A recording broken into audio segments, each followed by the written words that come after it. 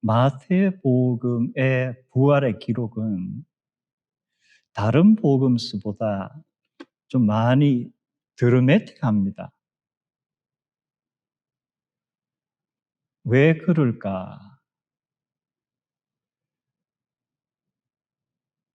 먼저 내용이 많아서 계획을 바꾸어서 오늘은 그 중에서 일부만 함께 나누려고 합니다. 제가 28장 1절부터 몇 절 봉독합니다. 안식일이 다 지나고 안식 후 첫날이 되려는 새벽에 막달라 마리아와 다른 마리아가 무덤을 보려고 갔더니 큰 지진이 나며 주의 천사가 하늘로부터 내려와 돌을 굴려내고 그 위에 앉았는데 그의 형상이 번개 같고 그 옷은 눈같이 희건을 지키던 자들이 그를 두려워하여 떨며 죽은 사람과 같이 되었더라. 첫 번째로 무덤에 찾아가는 사람의 수가 복음서마다 조금씩 다르죠. 왜 그럴까? 성경학자들의 여러 추정이 있습니다. 마태는 막달라 마리아와 사복음서에 다 막달라 마리아는 꼭 등장을 합니다. 그리고 나머지가 좀 다른데 마태는 막달라 마리아와 다른 마리아, 분명히 마태가 이 다른 마리아가 누군지 알고 있었을 것 같아요. 얼마 전에 우리가 요한복음을 보면서도 요한복음에서 베드로와 함께 대제사장의 집으로 갈 때 다른 제자 분명히 알았을 거예요. 그런데 왜 신원을 밝히지 않았을까? 마태도 다른 마리아라고 했는데 왜 신원을 밝히지 않았을까? 다른 부분보다 또 성경학자들이 이 다른 마리아에 관해서는 추정을 많이 했습니다. 그리고 그 글들을 보면은 대단히 설득력이 있습니다. 이 다른 마리아가 누구인가? 제가 오늘 말씀은 드리지 않을게요.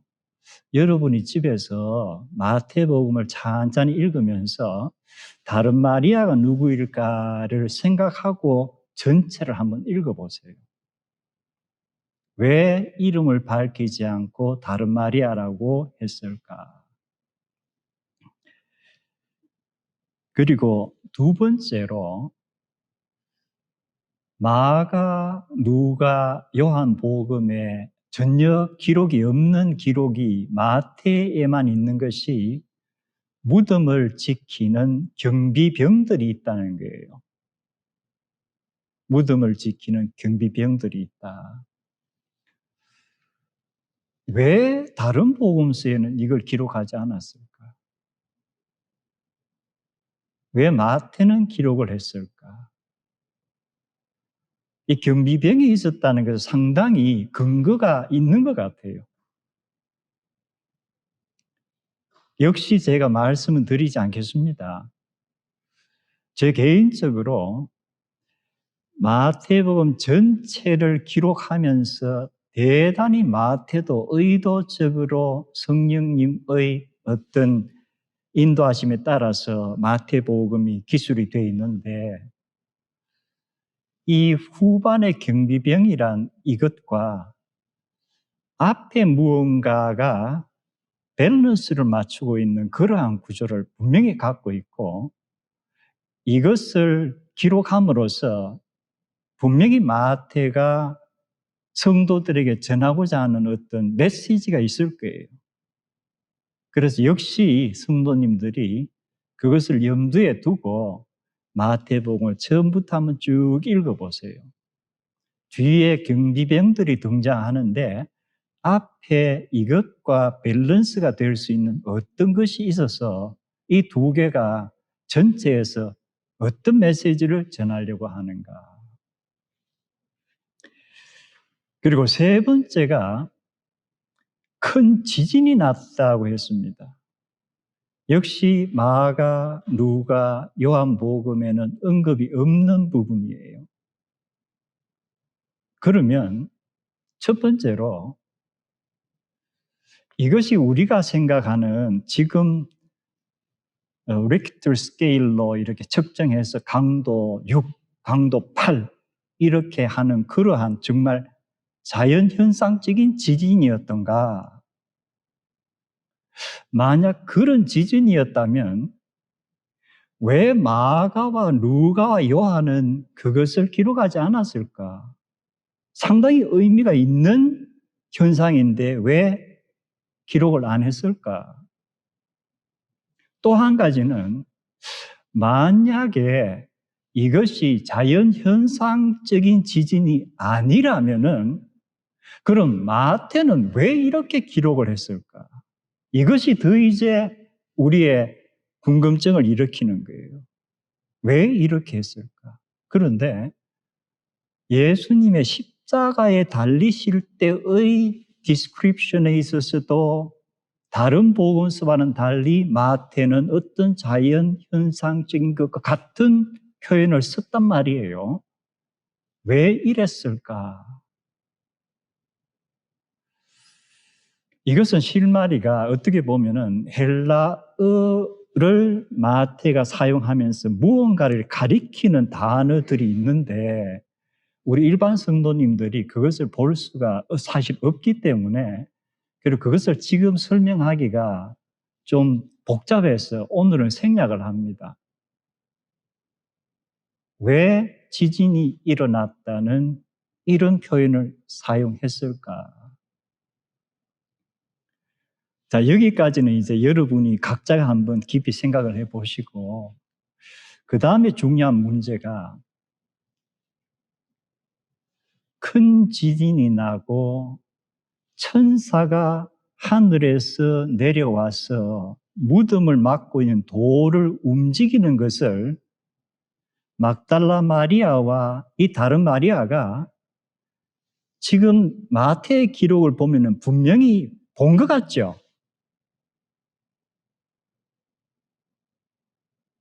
역시 다른 복음서와는 상당히 다릅니다. 그런데 요한복음에서 우리가 대조를 한번 해볼 수 있는 사건이 나사로가 일어나는 사건이에요. 그래서 요한복음 11장에 나사로가 일어날 때의 무덤 앞에서의 어떤 전개되는 상황하고 지금 마태가 기록한 예수님이 부활하시던 그 아침에 무덤 앞에서 전개되는 그 상황을 한번 머릿속에서 그려보세요. 그리고 그때 요한과 마태가 기록하고 있는 어떤 말들이 있던가. 우선 나사로가 일어나는 사건이 먼저 일어난 사건이니까 거기를 보면은 거기에도 무덤에 돌이 있죠. 그런데 그 사건에서는 예수님께서 무덤 앞에 가서 돌이 있는 것을 보시고 뭐라고 말씀하시죠? 이 돌을 옮겨라. 예수님이 직접 돌을 옮기신 게 아니고 이 돌을 옮겨라. 역시 그 다음 기록이 없지만 흐름으로 봐서는 분명히 주변의 사람들이 그 돌을 옮겼다고 우리는 추정할 수 있습니다.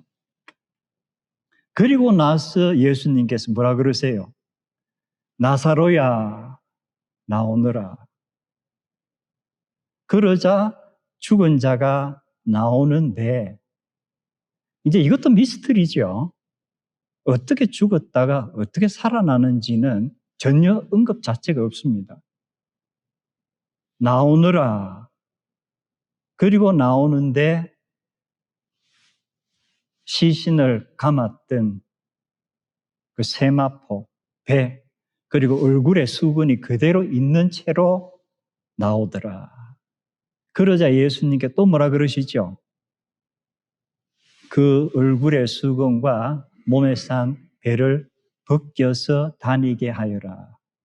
역시 그 다음 기록은 없지만 사람들이 그의 수의를 풀고 얼굴에 수건을 벗겼을 거예요. 그런데 마태가 기록하는 부활의 아침에 그 무덤에서는 돌을 옮겨라 하는 소리가 안 들리죠. 근데 만약에 돌을 옮겨라 하는 지시가 내렸다면 이 지시는 누가 내렸겠어요? 지진이 나고 천사가 하늘에서 내려와서 돌을 옮겼다 했으니까 천사는 항상 하나님의 메시지를 가지고 움직이는 존재죠. 그렇다면은 사람의 귀에도 안 들리고 마태도 기록을 안 했겠지만 분명히 하나님께서 천사에게 돌을 옮겨라 하시지 않았을까? 그리고 천사가 돌을 옮겼다. 나사로 사건에서 예수님께서 나사로야 나오너라 했었는데 마태복음에서는 그런 소리가 없죠. 그럼 만약에 그러한 소리가 있다면은 그건 누가 누구에게 하시는 소리일 것 같아요?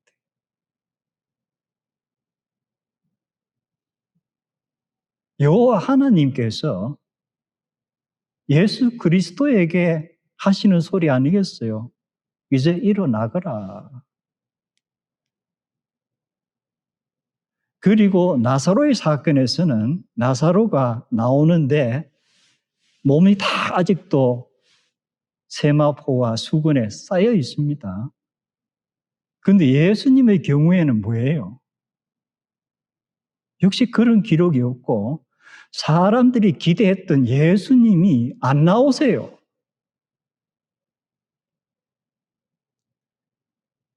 요한의 기록을 보면 나중에 막달라 마리아와 요한과 베드로가 본 것은 뭐예요? 예수님의 몸을 감고 있는 그것이 아니고 이 벗겨져 있는 거예요.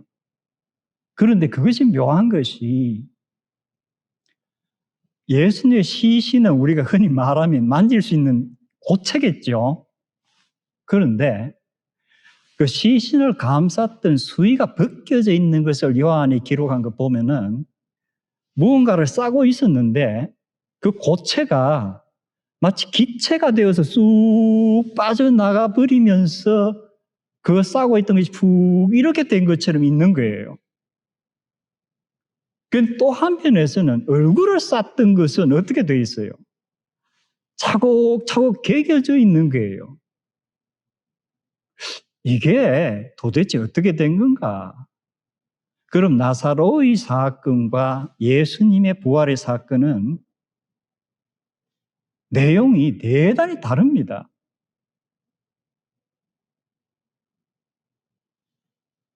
결과적으로 나사로의 부활에는 나흘 만에 일으키는 일은 전적으로 하나님께서 예수님을 통해서 하시지만 무덤에 돌을 옮기고 나사로의 수의를 벗기고 하는 것은 사람들이 하는 일이에요.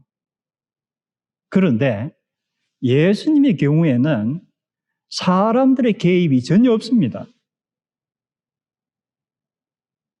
돌을 굴린 것만 천사가 한 것으로 나와 있고 나머지는 그럼 누가 하신 것인가?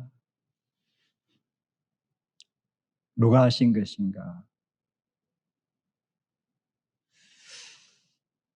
2000년 전의 사건인데 만약에 우리가 오늘날의 의학이나 과학의 발달로 2000년 전에 나사로가 나온 그 나사로를 그리고 예수님이 나왔을 때 예수님을 만약에 DNA 검사를 한다거나 또는 바이옵시 같은 걸 해가지고 그 어떤 이 육체의 화학적인 물질 구조를 분석을 해봤다면 과연 같았을까? 어떨 것 같아요?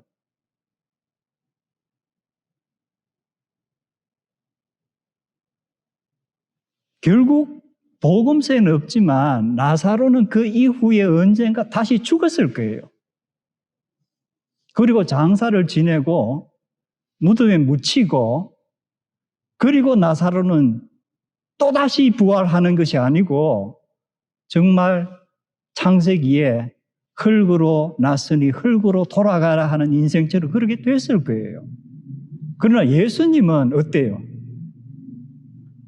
다시 흙으로 돌아가는 게 아니고, 이 복음서와 사도행전은 분명히 나사로와 예수님은 부활이란 단어를 우리가 쓰지만 너무나도 상황이 다르구나. 그렇다면은 바울 사도가 고린도 교회에 보낸 서신 중에서 특히 부활할 때 흔히 어떤 피지컬한 게 있을 수 있는가 하는 사람들의 의문에 대해서 답을 하는 게 있죠. 그래서 거기를 보면은 땅에서 난 것, 하늘에서 난 것, 아담을 그리고 그 후손을 땅에서 난 것으로 봤다면 나사로는 땅에서 난 거 맞죠? 근데 예수님은 땅에서 난 건가 하늘에서 난 건가?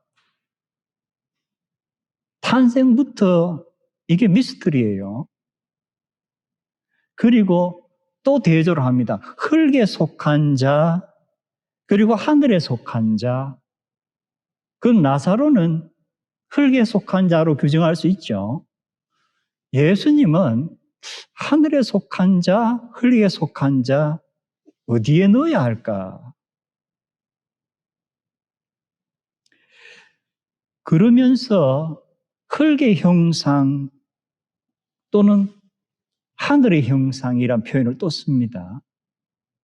그리고 나서 바울 사도가 보라, 내가 너희에게 비밀을 말하노라 하면서 하는 얘기가 마지막 나팔 소리에, 이 나팔 소리가 역시 어떤 우리 귀에 들릴 수 있는 악기 나팔을 의미하는 것인지 아니면은 영적인 것인지, 아까 마태가 큰 지진이 있을 때에 하는 것하고 이 바울 사도가 이런 나팔 소리에 이것이 무언가 의미가 있는 것인가? 피지컬한 건 아니지만 그러면서 순식간에 홀현이 다 변화하는데 어떻게?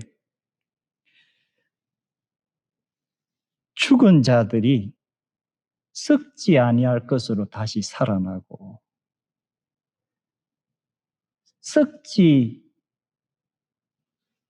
썩어야 하는 그러한 흙에 속한 것이 썩지 아니할 하늘에 속한 것으로 변화가 되고, 그러면서 뭐예요? 이 죽을 것이 죽지 아니함을 입을 때에 사망을 삼키고 이기리라고 기록된 말씀이 이루어지리라. 그러면 나사로의 부활 이야기와 예수님의 부활 이야기를 우리가 대조해 보면은 바울 사도가 지금 고린도 전서 15장에서 이 부활의 몸에 관해서 이야기하고 있는 것은 나사로에게는 아직은 해당이 안 되는 것 같아요. 예수님에게만 해당이 되는 그런 부활의 몸에 관한 이야기예요.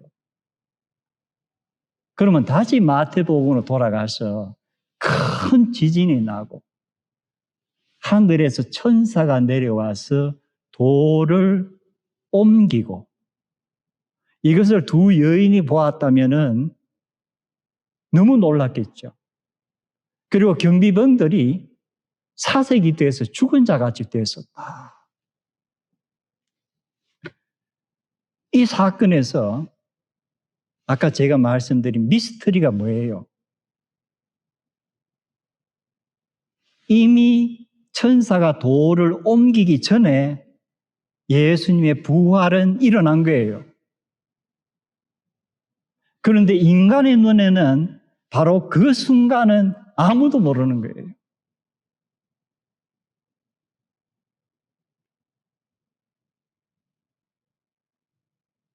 그래서 그 순간이 어땠을까는 우리의 상상밖에 할 수 없는 부분입니다.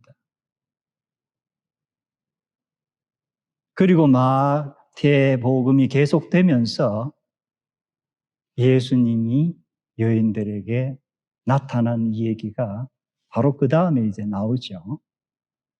그래서 첫 번째로 부활이란 같은 단어를 쓰지만 그리고 복음서에서 유일하게 상당히 자세하게 기록되어 있는 나사로의 부활과 예수님의 부활이 이게 같은 것은 아니구나.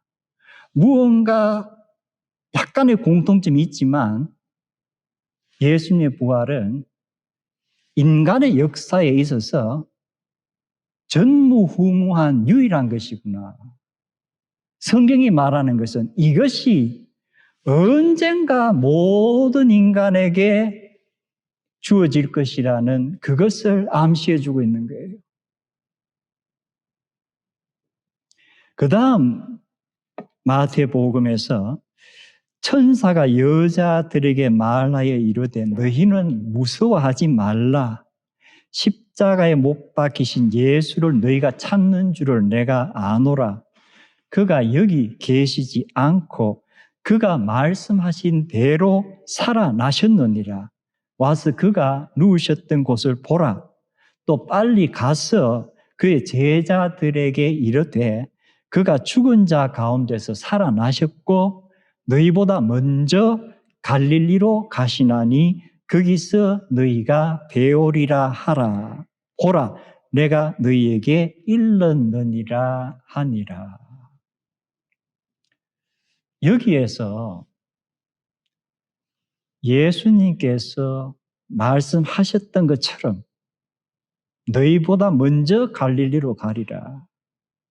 그러면 갈릴리란 곳이 어떤 중요성을 갖고 있기에 예수님의 부활 후에 천사가 여인들을 통해서 제자들에게 전해준 그 메시지의 골자가 갈릴리로 가라는 것인가? 우리가 그 이후의 복음서를 쭉 보면은 제자들이 부활하신 예수님을 먼저 만나는 곳은 갈릴리가 아니고 어디예요? 예루살렘이죠. 그리고 예루살렘 부근의 엠마오라든가 이곳이에요. 그런데 왜 마가도 약간 언급이 있고 마태가 갈릴리로 가라고 했을까? 어떤 의미를 갖고 있기 때문에 이 얘기를 했을까? 이게 아주 중요한 의미입니다. 갈릴리.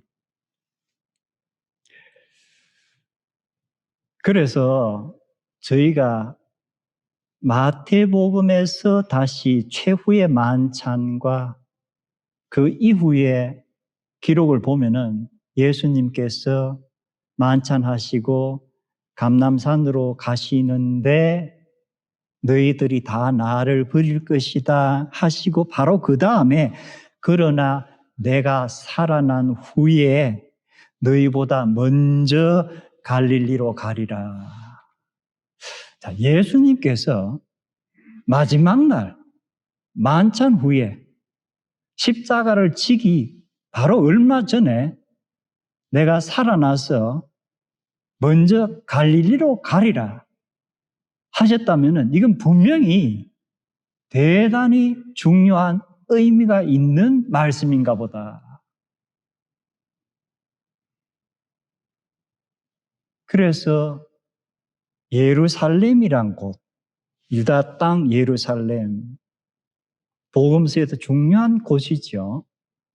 그런데 역시 복음서에서 그럼 갈릴리라는 그 지역은 과연 어떤 신학적인 의미를 가지고 있을까?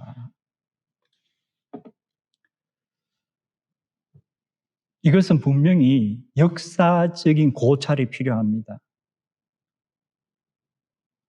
여호수아서에서도 약간 언급이 나오지만 땅을 분배할 때 좀 더 갈릴리에 대해서 우리가 이런 곳이구나 하는 것을 느낄 수 있는 것은 열왕기상이에요.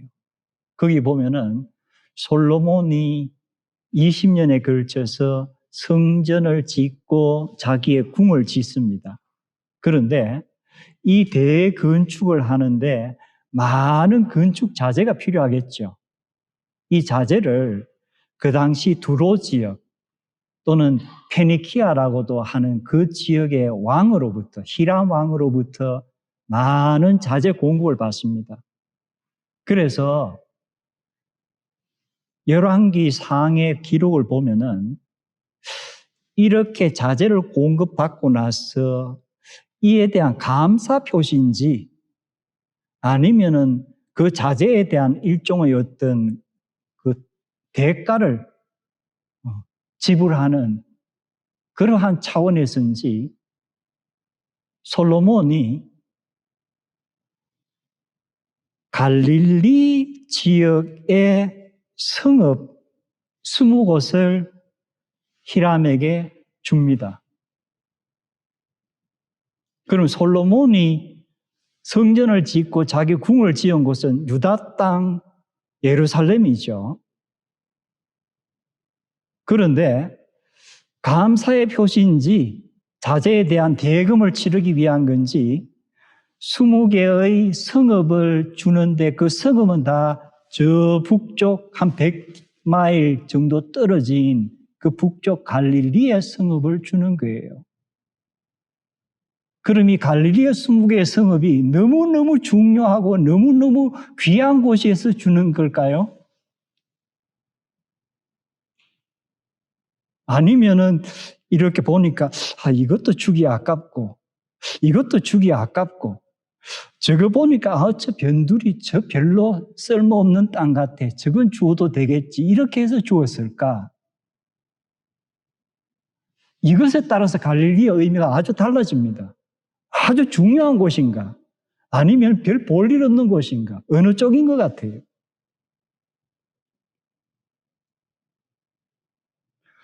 히람 왕이 이것을 받고 너무너무 좋아했다면 그 땅은 정말 좋은 땅이겠죠. 그런데 히람 왕이 솔로몬이 그 성읍 20개를 주니까 그 지역에 와서 한번 쭉 시찰을 합니다. 그리고 솔로몬에게 일종의 섭섭하다. 우리가 20년 동안 참 형제처럼 이렇게 지냈다고 하는데 너가 나한테 준 이 성읍들 보니까 아무짝에도 쓸모가 없다. 그래서 가불이라는 이름을 부르는데 히브리어 자체는 가불이라는 단어가 없는데 그 소리 나는 것을 그대로 보면은 뜻은 느껴져요. 아무짝에도 쓸모없는 이라는 뜻이에요. 그렇다면은 뭐예요? 솔로몬이 볼 때도 이스라엘의 중심이라는 예루살렘의 주민이 볼 때도 저 갈릴리는 남에게 주어도 아깝지 않은 땅, 이방 민족이 와서 살아도 전혀 we don't care. 한국에서 예전에 함경도 또는 평안도가 대단히 이렇게 천덕꾸러기처럼 취급받았던, 그래서 홍경래에 난 같은 것이 일어나잖아요. 그러한 곳. 그렇다면은 우선 갈릴리란 곳은 별로 사람들이 귀하게 여기지 않는 곳이구나. 그런데 이 솔로몬이 갈릴리의 20성읍을 준다는 것이 부정적인 의미를 갖는다면 얼마 후에 나라가 두 개로 쪼갈라지죠.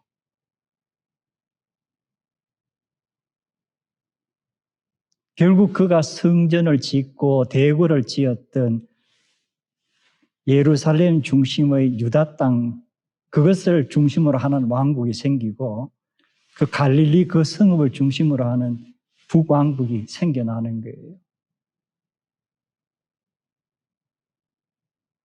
하나님이 아브라함의 후손들에게 주시겠다고 약속했던 땅, 여호수아 시대에 제비를 뽑아서 각 지파에게 분배받았던 그 땅, 그것을 솔로몬이 저거는 쓸모없어, 저것은 남에게 주어도 돼 하는 그 판단이 지혜로운 판단이었던가, 아니면 철저한 장사꾼의 계산에서 나온 것이었던가, 그것이 나중에 이스라엘 역사에 어떤 영향을 미치는가. 갈릴리란 그곳이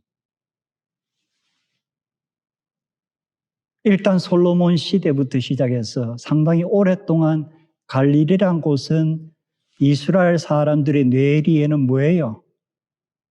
쓸모없는 땅. 그곳에 사는 사람, 걔들 볼 일 없어. 별 볼 일 없는 애들만 거기 살아. 별 볼 일 없는 이방인들이 거기 섞여 사는 곳이야. 그 의미예요. 그런데 메시아에 대한 예언이 계속되면서 이사야서에 특히 많다고 그랬죠. 그런데 이사야서 9장을 보면은 여호와께서 옛적에는 스불론 땅과 납달리 땅이 멸시받게 두셨더니, 이 스불론, 납달리 역시 야곱의 12 아들 중에 2사람입니다. 이 사람들이 배분받았던 곳이 갈릴리 그 지역이에요.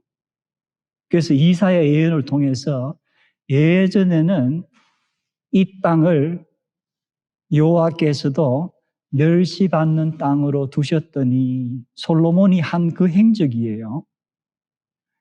후에는 해변길과 요단 저쪽 이방의 갈릴리를 영화롭게 하시리라. 갈릴리가 사람들로부터 멸시당하던 땅, 그리고 그곳에 사는 사람들은 역시 유다, 예루살렘 중심으로 사는 이 사람들로부터 멸시당하는 사람인데, 이사야의 예언은 뭐예요? 그 땅과 그 지역, 이방의 갈릴리라고 했습니다.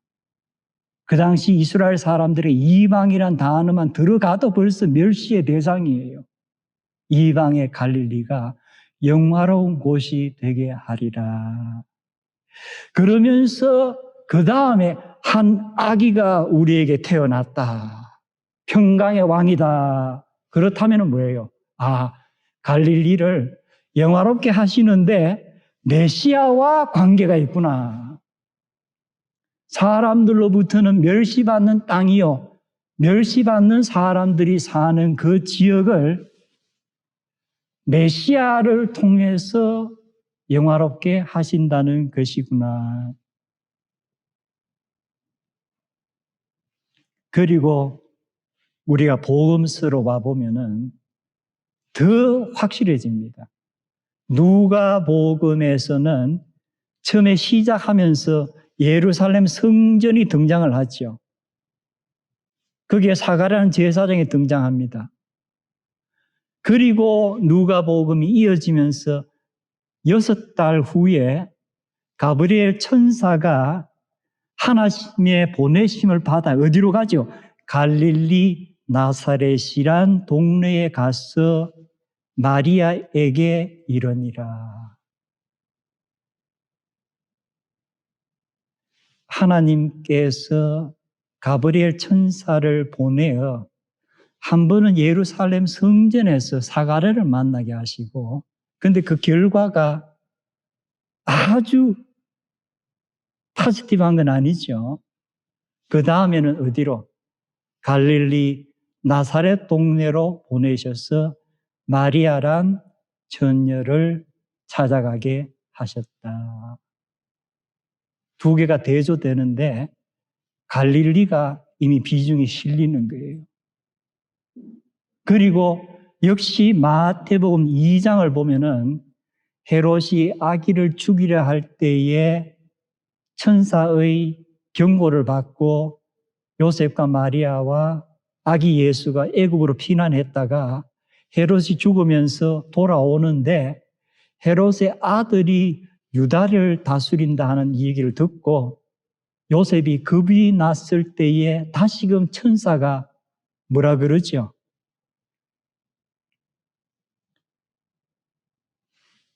마태가 기록하기를 이렇게 두려워하는 요셉에게 천사가 지시하기를 갈릴리 지방으로 가라.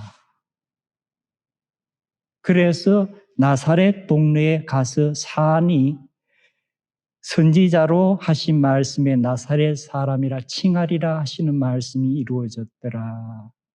역시 갈릴리가 메시아와 관계해서 중요한 지역으로 되는 거예요. 그리고 마태복음 4장에 세례 요한이 잡힙니다. 그리고 예수님께서 피신을 하시죠. 어디로? 갈릴리로 피신을 하셨다가 다시금 스불론과 납달리 지경 해변에 있는 가브나움이란 곳에서 이제 복음의 사역을 시작하십니다. 그러면서 마태가 기록한 것은 이는 선지자 이사야를 통하여 하신 말씀을 이루려 하심이라. 일러스되 스불론 땅과 납달리 땅과 저편 해변길과 이방의 갈릴리여, 흑암에 앉은 백성이 큰 빛을 보았고 사망의 땅과 그늘에 앉은 자들에게 빛이 빛이었도다 하였느니라. 이때부터 예수께서 복음을 전파하여 이르시되 회개하라 천국이 가까워왔느라 하시니라. 그래서 결국 이사야의 예언대로 솔로몬도 멸시를 하고 이스라엘 사람 멸시했던 이방인이 많이 사는 갈릴리 땅이 예수님이 천국 복음을 전하기 시작하는데 헤드쿼터가 되는 거예요. 그러면 부활하신 예수님께서 제자들에게 갈릴리로 내가 먼저 간다, 거기서 너를 만나겠다 하셨을 때는 어떤 의미였던가?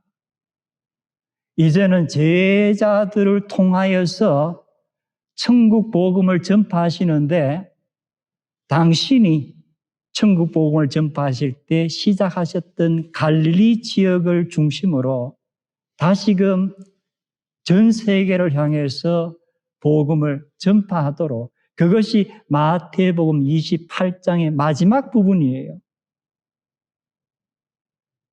세상 모든 민족에게 하나님의 나라의 복음을 전하라. 이제 말씀을 마칩니다. 역시 바울 사도가 고린도 교회에 보낸 서신을 보면은 하나님께서 세상의 약한 것들을 사용하셔서 강한 것들을 부끄럽게 하신다. 세상의 약한 사람들을 들어서셔서 세상에서 잘 나가는 사람, 세상에서 내놓으라 하는 사람들을 부끄럽게 하신다. 하나님께서 세상의 천한 것들과 멸시받는 것들을 택하사 하나님의 일을 이루심으로 사람으로서 내가 잘났다, 육체로서 자랑하지 못하게 하신다. 그것이 궁극적으로 이루어지는 것이 뭐예요? 십자가다. 내가 먼저 갈릴리로 간다. 예수님께서 세상에서 멸시받고 천하다고 따돌림 받는 그 사람들에게 나는 너희들보다 먼저 간다. 그들에게 내가 복음을 전하겠다. 너희들이 내가 먼저 가는 갈릴리로 오너라. 그러면 오늘 우리에게 이 마태복음 주님께서 내가 먼저 갈릴리로 가리라. 거기서 너희를 만나리라 하는 말씀의 의미는 무엇일까?